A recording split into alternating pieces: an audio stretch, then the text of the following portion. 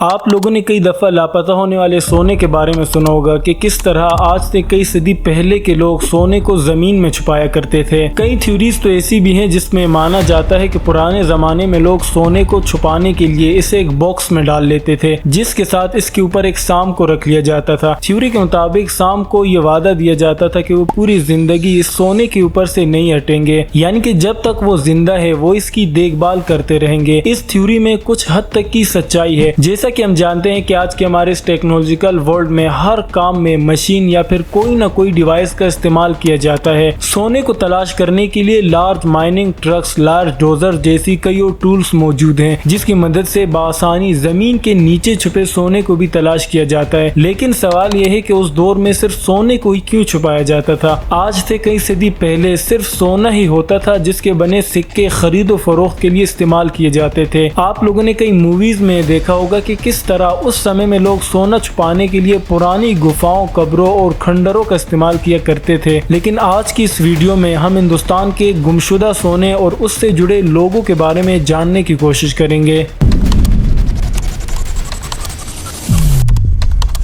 ہندوستان پر کئی قوموں نے اپنی سلطنت جمائی اور کتنے ہی سلطنتوں کے سونے ان کے ساتھ زمین میں دفن ہوئے، لیکن ان میں سے ایک بہت مشہور خزانہ حیدرآباد کے آصف جاہ خاندان کے آخری اور 7ویں نظام میر عثمان علی خان کا ہے، جو ہندوستان کی سب سے بڑی شاہی ریاست تھی۔ قریب 3 صدیوں تک حیدرآباد میں نظاموں کی حکومت رہی۔ خان ان میں سے ایک آخری شخص تھا جس نے 1911 سے 1948 کے درمیان حیدرآباد کی بادشاہی پر حکومت کی، یہاں تک کہ ہندوستان میں حیدرآباد پر حملہ کر کے اس پر قبضہ کر لیا۔ اپنے دور حکومت میں میر عثمان علی خان سے اپنے علاقے میں بجلی، ریلوے، سڑکیں، ہوائی اڈے اور عوامی اداروں کو متعارف کرنے میں مدد کی، یہاں تک کہ انہیں اکثر جدید حیدرآباد کے بانی کہا جاتا تھا۔ اسی طرح سونے کے اتحاد میں مانا جاتا ہے کہ ایک دن تھا کہ ہندوستان کے مغل بادشاہ کی سالگرہ تھی اور مغل روایت کے مطابق انہیں تولا جانا تھا، کسی عام چیز سے نہیں بلکہ سونے، ہیرے اور چاندی جیسی کئی قسم کے مہنگی چیزوں سے بادشاہ سلامت کو تولا جانا تھا۔ یہ سارا منظر دیکھتے ہیں برطانوی سویر ٹامز جو کہ اس دربار میں موجود تھے جہاں پر سلطان کے سالگرہ کی محفل لگی ہوئی تھی۔ ٹامز دیکھتے ہیں کہ ایک طرف بادشاہ کو بٹھایا جاتا ہے تو دوسری اس کے وزن کے برابر میں کئی قسم کے چاندی، سونے کے بنے برتن، سونے کی اشرفیاں اور بڑے بڑے ہیرے کے بنے تاج اور انگوٹھیوں سے اسے اتنا بھرا جاتا ہے کہ بادشاہ اور ان سب چیزوں کے وزن بالکل برابر ہو جاتا ہے۔ یہ سب کچھ اسی وقت غریبوں میں بانٹ دیا جاتا ہے۔ یہ آج سے ٹھیک 400 سال پہلے مغل شہنشاہ نور الدین محمد جہانگیر کا دربار تھا، جہاں پر ان کے سالگرہ کے دن پر یہ سب کچھ انہی کے لیے کروایا جا رہا تھا۔ یہ وہ منظر ہے جو کہ ٹامس نے اپنی آنکھوں سے دیکھا، لیکن اسے ان سب پر پھر بھی یقین نہیں آ رہا تھا۔ اسے یہ سارے زیورات نقلی لگ رہے تھے جو کہ سلطان کے برابر تولنے کے بعد غریبوں میں بانٹ لیے گئے تھے۔ یہ سب کچھ خود ٹامس نے اپنی ڈائری میں لکھا اور وہیں پر لکھتے لکھتے اپنے قلم کو بند کر دیا۔ لیکن یہاں پر ایک سوال آتا ہے کہ ٹامس یہاں پر کر کیا رہے تھے؟ ایک دور دراز کے چھوٹے سے جزیرے پر مشتمل ملک کے سفیر اس وقت ہندوستان کے بادشاہ کی دربار میں کیا کر رہے تھے؟ دراصل ٹامس ایک خاص مشن پر آئے تھے۔ ان کی کوشش یہ تھی کہ وہ کسی نہ کسی طرح سلطان محمد جہانگیر سے ایک خاص قسم کے معاہدے پر دستخط کروا لے۔ یہ ایک خاص قسم کا معاہدہ کروانا چاہتے تھے بادشاہ سے، جس میں وہ ایک برطانوی کمپنی کے بزنس کو ہندوستان میں کروانا چاہتے تھے، لیکن یہ کام اتنا آسان نہیں تھا۔ اس کا اندازہ ہوتا ہے ٹامس کی ڈائری سے، جس میں وہ یہ بھی لکھتے ہیں کہ اسے اس کام کے لیے کئی عرصے تک محنت کرنی پڑی۔ اس کی وجہ یہ تھی کہ مغل شہنشاہ پوری دنیا میں صرف ایران کے بادشاہ اور سلطنت عثمانیہ کے خلیفہ کو اپنا حامی سمجھتے تھے۔ ان کی نظر میں انگلستان ایک چھوٹا سا جزیرہ تھا جس کی بادشاہ کے ساتھ برابری کے ساتھ پر معاہدے کرنا ان کے لیے ان کی شان کے خلاف تھا۔ اب اگر میر عثمان علی خان کے سونے کا اندازہ لگایا جائے تو آپ سب حیرت میں پڑ جائیں گے۔ 25,000 ہیرے، بٹیر کے انڈوں کے سائزز، موتیاں، 413 کرات کا زمرود کا بنا سیٹ، 226 کرات پر مشتمل ایک بار، قریب 150 کرات وزنی ہیرا،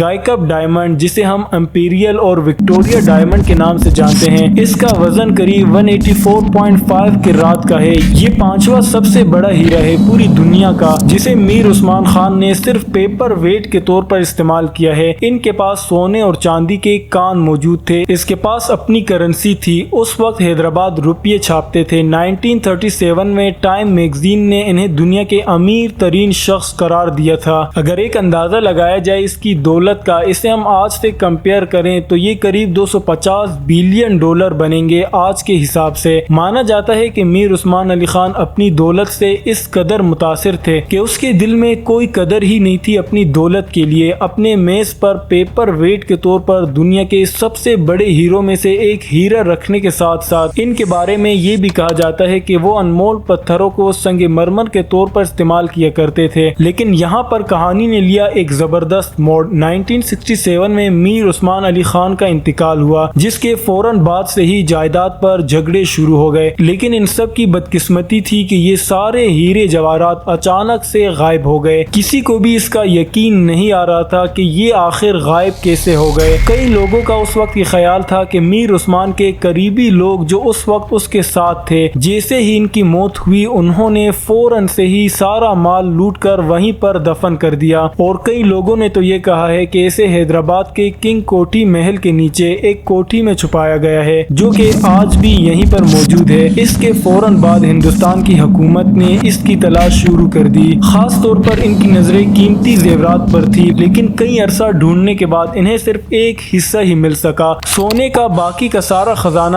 کہاں گیا؟ کیا واقعی یہ چوری کی گئی تھی یا پھر اسے چھپا لیا گیا تھا؟ اس کا ابھی تک کسی کو بھی صحیح طرح سے معلوم نہیں کہ آخر اس سمے ہوا کیا تھا۔